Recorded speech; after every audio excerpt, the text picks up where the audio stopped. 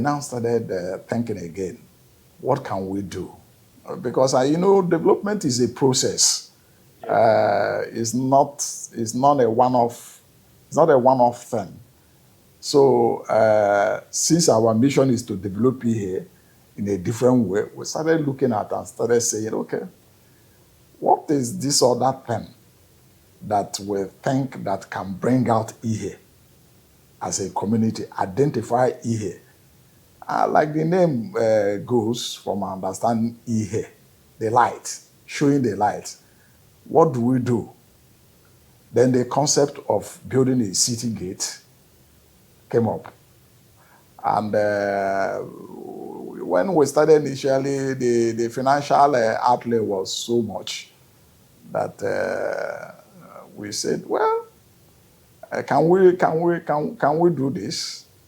But because of the caliber of individuals that are in G10, because of the attitude, the patriotic zeal to develop here, they were ready to forego some of the personal problems in order to ensure that we do something that generations yet unborn will see as a monument for our community.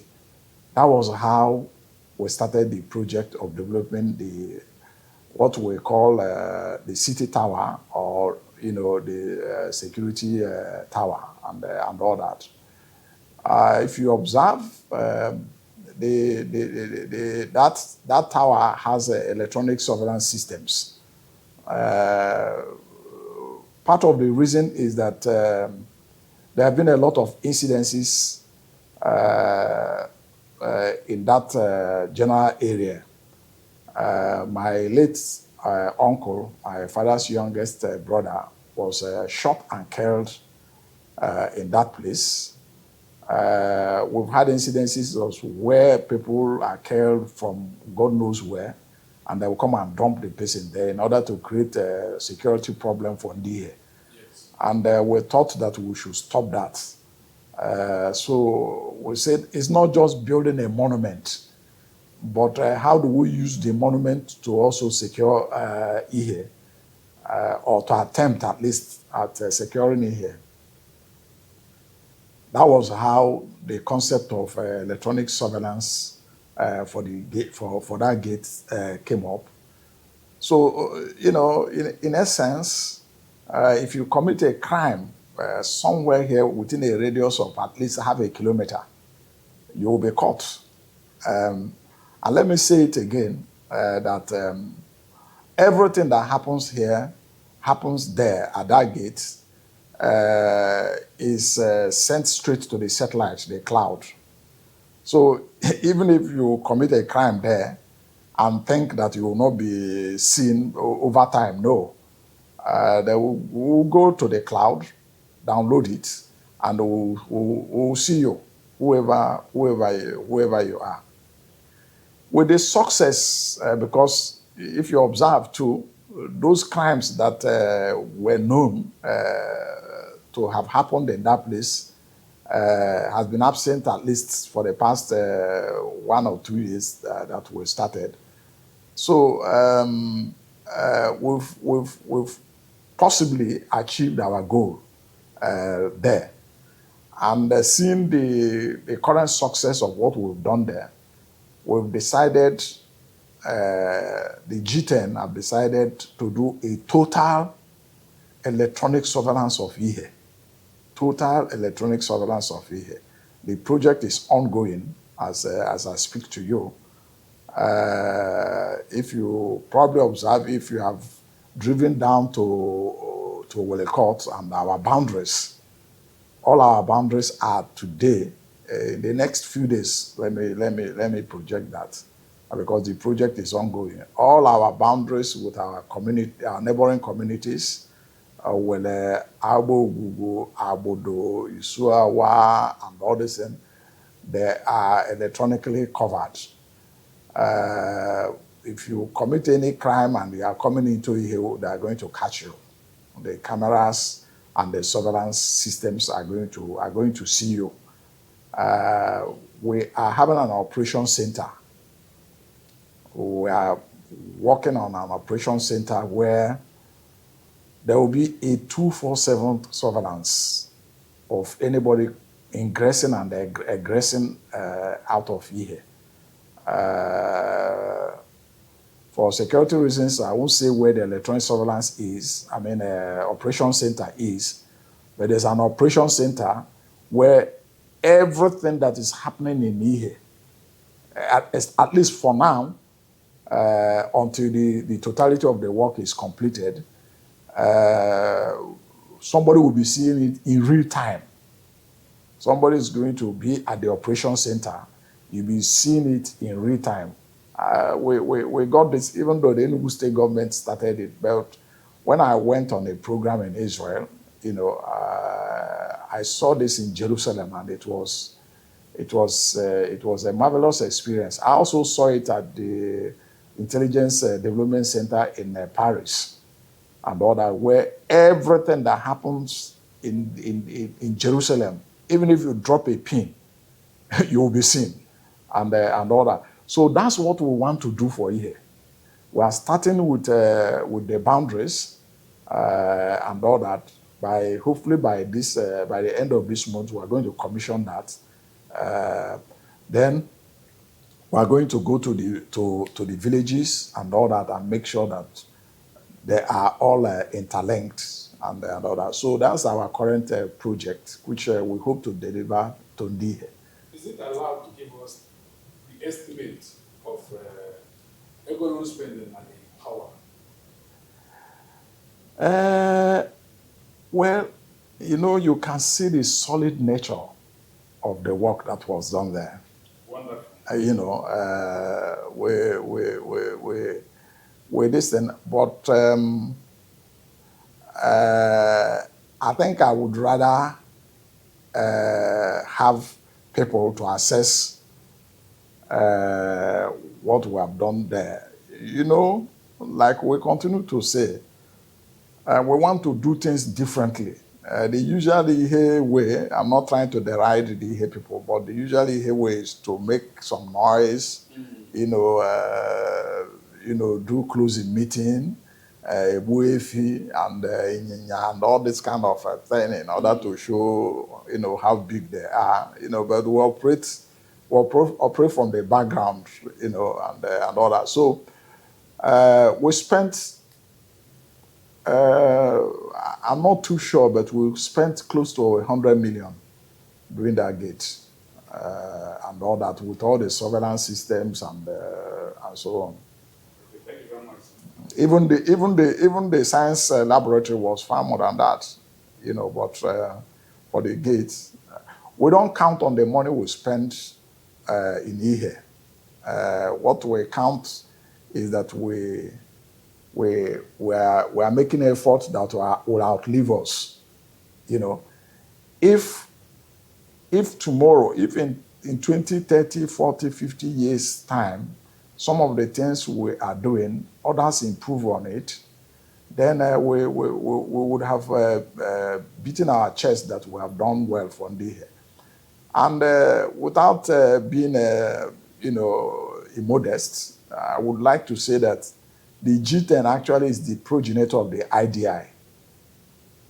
Yes. It was we catalyzed the development of IGI, and we are glad that IGI in their own efforts, are, doing marvelously well. But, one of our greatest achievements actually is the coming to being of the IDI. I can tell you that. Apart from the physical, yes, the other physical, infrastructure that we have put in place, the concept of the IDI was catalyzed by the G10.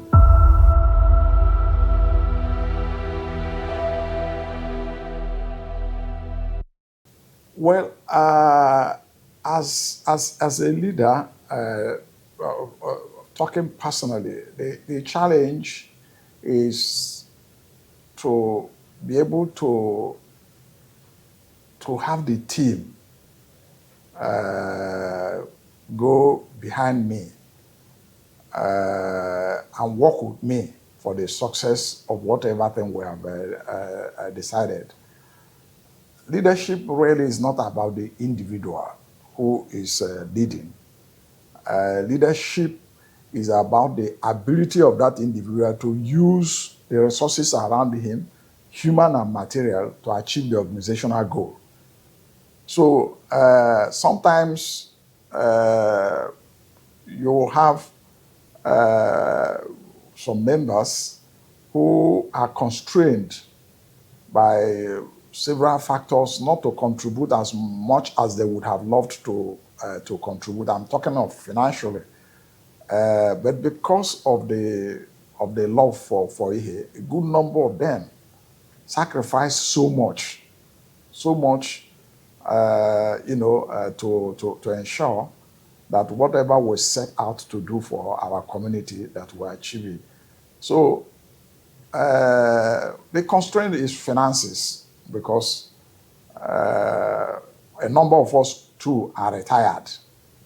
And when you are retired, apart from the fact that you don't have as much energy as you used to have to look for resources and all that, your income stream also reduces because you are no more as strong as you were to listen. So quite a number of us are retired, and it's difficult. But I continue to emphasize the patriotic zeal of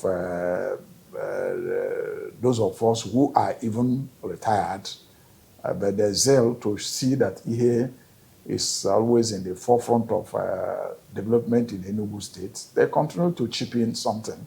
So finance is part of the challenge.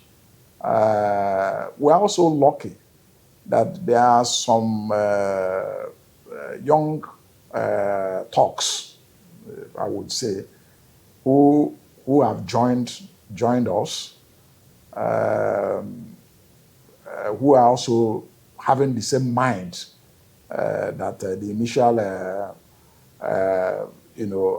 people had. So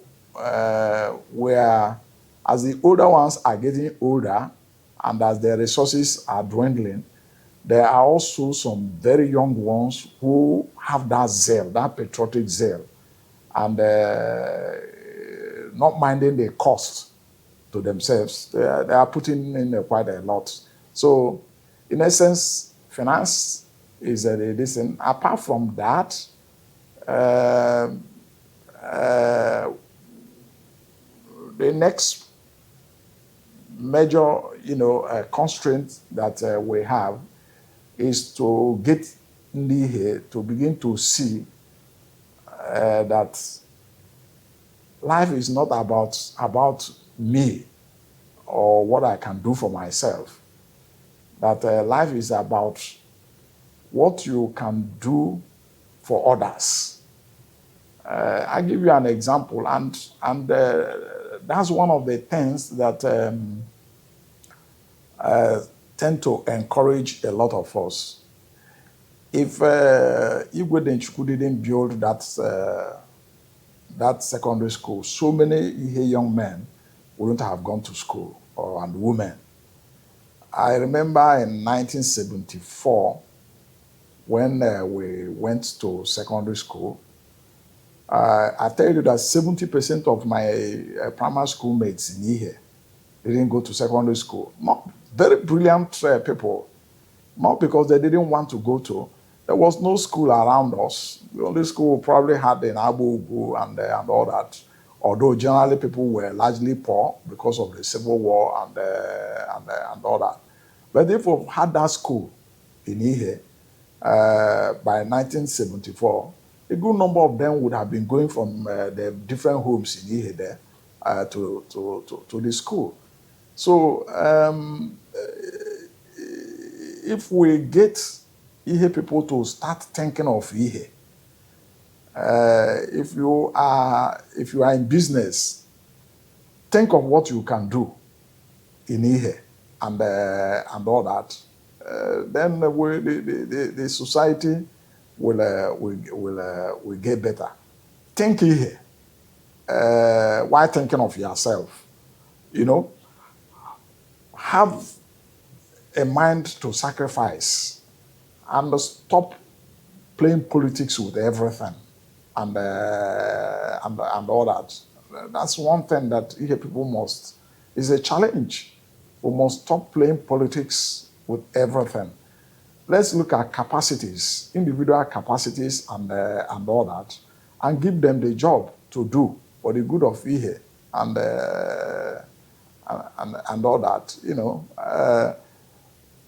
at 64 or so, I tell you, I probably have not spent, if you add all the time that I spent in Ihe, probably not up to 8 years, you know, and all that. But because I believe now that I'm from Ihe, I believe that Ihe is a great city, a great town. I believe that we were born to show the light, that Ihe was born to show the light to others.